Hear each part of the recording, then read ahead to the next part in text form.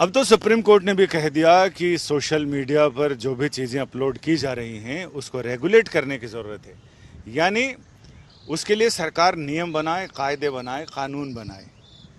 क्योंकि supreme court ने नूपुर शर्मा मामले में अदालत में सुनवाई के दौरान जो टिप्पणियां की, उसके बाद वो चीज़ें ऑर्डर में नहीं आई, लेकिन कोर्ट में बातचीत के दौरान, तर्क वितर्क करने के दौरान वो टिप्पणियां ज़रूर आई।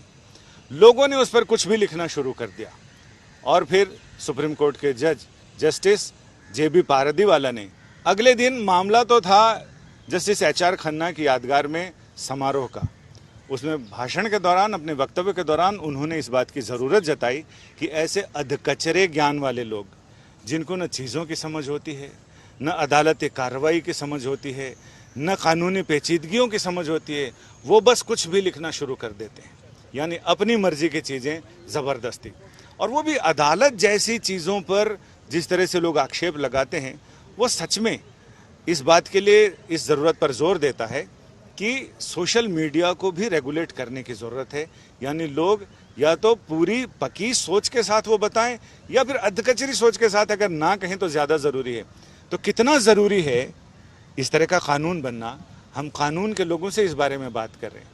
सुप्रीम कोर्ट का प्रेमाइसेस है, वकील हमारे साथ हैं जिनमें यंग लॉयर्स भी हैं और यहाँ के प्रैक्टिशनर लॉयर्स भी हैं, तो इनसे हम बात करते हैं। दीपक कंसल जी हमारे साथ हैं, हमारे साथ अविनाश जी हैं, पीयूष जी हैं, तो इन सारे लोगों से बात करते हैं। कंसल साहब, आपकी एक पिटीशन हमें याद आती है जिसमें आपने न्यूज़ चैनल्स को लेकर ये बात की थी, सुप्रीम कोर्ट में दाखिल किए कि एक रेगुलेशन होना चाहिए, कायदा तो होना ही चाहिए। तो अब इसको लेकर आप लोग क्या सोचते हैं?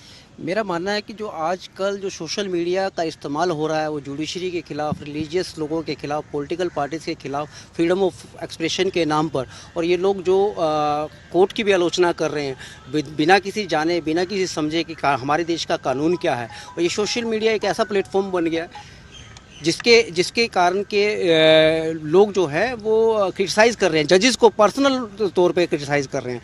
तो मेरा मानना है कि हमारे देश में एक ऐसे कानून की ज़रूरत है जो कि इन सोशल मीडिया को कर्ब कर सके। अभी तक ऐसा कोई स्पेसिफिक कानून नहीं है हमारे देश में जो कि इस सोशल मीडिया पे हो रही जजेस की आलोचना, कोर्ट की आलोचना, उनके ऑर्डर्स की आलोचना जो हो रही है उसको रोका जा सके, उसके खिलाफ कोई लीगल प्रक्रिया की जा सके।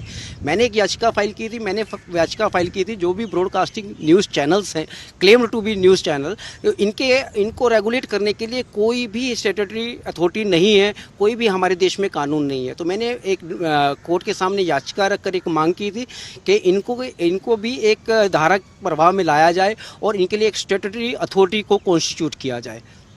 अब दीपक जी तो कह रहे हैं कि अथॉरिटी कोई नहीं है, लेकिन न्यूज़ चैनल्स ने अपने लिए एक सेल्फ रेगुलेशन के लिए एक कमेटी बना रखी है जिसे सुप्रीम कोर्ट के पूर्व जज उसकी अध्यक्षता करते हैं। तो क्या अपने आप में वो काफ़ी नहीं है? सर, सिर्फ बात यहाँ पे न्यूज़ चैनल की नहीं है, इसके अलावा भी हम व्हाट्सएप पे जो सर्कुलेशन देख रहे हैं आज की डेट में, जब अभी आपको जैसे बताया कि फ्रीडम ऑफ एक्सप्रेशन के नाम पे, लेकिन एज पर कॉन्स्टिट्यूशन कोई भी फ्रीडम एब्सोल्यूट नहीं है, that is with certain restrictions. और ये रिस्पॉन्सिबिलिटी कहाँ से आए और ये रेस्ट्रिक्शंस कहाँ से आए, इसके लिए नेचुरली कोई ना कोई एज अ प्लेटफॉर्म होना चाहिए, ऐसा रेगुलेशन होना चाहिए, ऐसा कोड ऑफ कंडक्ट होना चाहिए on behalf of the government that should take care of this things. क्योंकि अगर इसी तरीके से वाइडली सर्कुलेशन होगा और जो फेक न्यूज़ के रिगार्डिंग, तो उस वजह से जो अनार्की एक तरीके से फैल जाती है देश में, that is very bad for the country. तो इसलिए मेरे हिसाब से, चाहे वो आपने जो रेगुलेशन की बात की, जो आपने एक बॉडी कॉन्स्टिट्यूट की है, इसके रिगार्डिंग ये बॉडी मेरे हिसाब से सफिशेंट नहीं है। इसके अलावा भी और भी प्लेटफॉर्म तैयार करने चाहिए जो कि एब्सोल्यूट तरीके से इन चीज़ों को रेगुलराइज कर सके।